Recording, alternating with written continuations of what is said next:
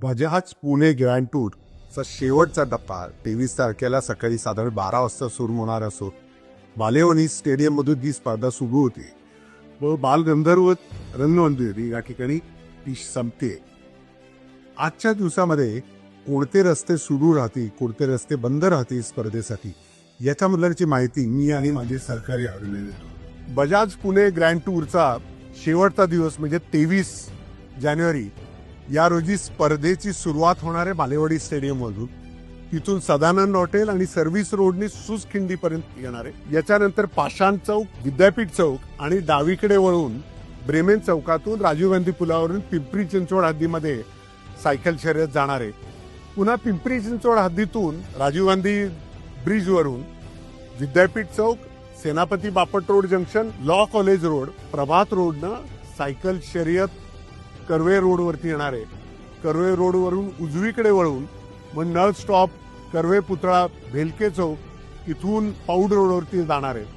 पौड रोडमधून पुन्हा कर्वे रोडवर येऊन नळ स्टॉपमधून उजवीकडे वळून म्हात्रे ब्रिज ते सेना दत्त चौकी आणि सेना दत्त चौकीतून शास्त्री रोडनी टिळक चौक, तिथून पुढे टिळक रोड, पुरम चौक, डावीकडे बाजीराव रोड या रस्त्याने ते शनिवार वाड्यापर्यंत पोहोचेल.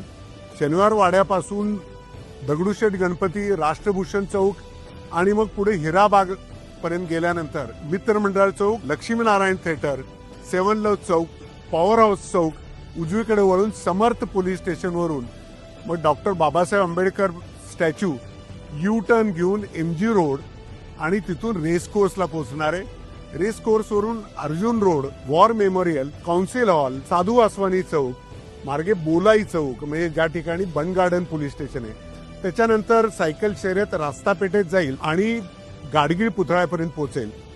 यानंतर तिथून सरळ शिवाजी रोडनी सिमला चौक, नतावाडी डेपो आणि डावीकडे वळून फर्ग्युसन कॉलेज रोडने उलट्या दिशेने ज्ञानेश्वर पादुका चौक, गुडलक चौक, गरवारे ब्रिज इथून डावीकडे वळून जंगली महाराज रोडला उलट्या दिशेनं या स्पर्धेचा शेवट हा बालगंधर्व थिएटर या ठिकाणी होणार आहे. 23 तारखेला साधारण 12 ते 3 या दरम्यान जे रस्ते बंद होणार आहेत याची माहिती आपल्याला दिली, परंतु कोणते रस्ते उघडे राहतील याची माहिती थोडक्यात लक्षात घ्या. Sinhagad road, Satara road, Solapur road, Magarpatta किंवा मगरपट्टा बायपास रोड, नगर रोड, जुना पुणे मुंबई रस्ता हे रस्ते या स्पर्धेने बाधित होणार नाहीयेत.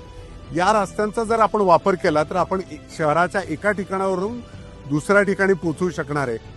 शहराच्या मध्यवर्ती भागातले रस्ते मात्र टाळणं गरजेचं आहे, ज्याच्यामध्ये पाषाण road, Ganeshkhind road, Jangli Maharaj road, Fergusson college road, Karve road, Shastri road, Tilak road, Bajirao road, Shivaji road, Nehru road, MG road आणि जो अर्जुन रोड आहे, यानंतर शहरामधून जाणारा डॉक्टर बाबासाहेब आंबेडकर रोड हे जर टाळले तर मला वाटतं निश्चित आपण स्पर्धेला सहकार्य कराल आणि आपली गैरसोय होण्यापासून टाळाल. बजाज पुणे ग्रँड टूर 2026च्या अंतिम म्हणजेच 4थ्या टप्प्यात आत्ता व्हिडिओमध्ये नमूद केलेले रस्ते आहेत ते फार तर 25 किंवा 30 मिनिटाकरिता बंद राहणार आहेत.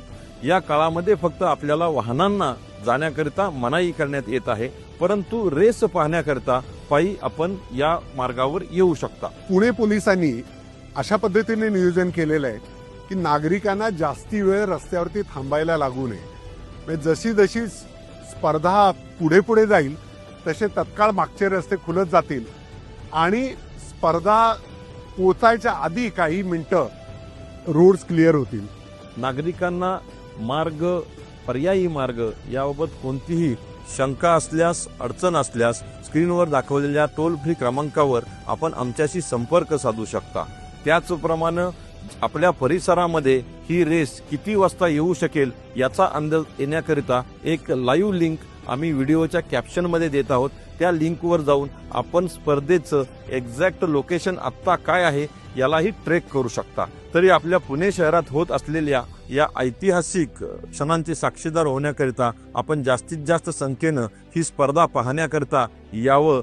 येताना नागरिकांनी पोलीस प्रशासनाने दिलेल्या सूचनांचं पालन करावं आणि प्रशासनात सहकार्य करावं. धन्यवाद.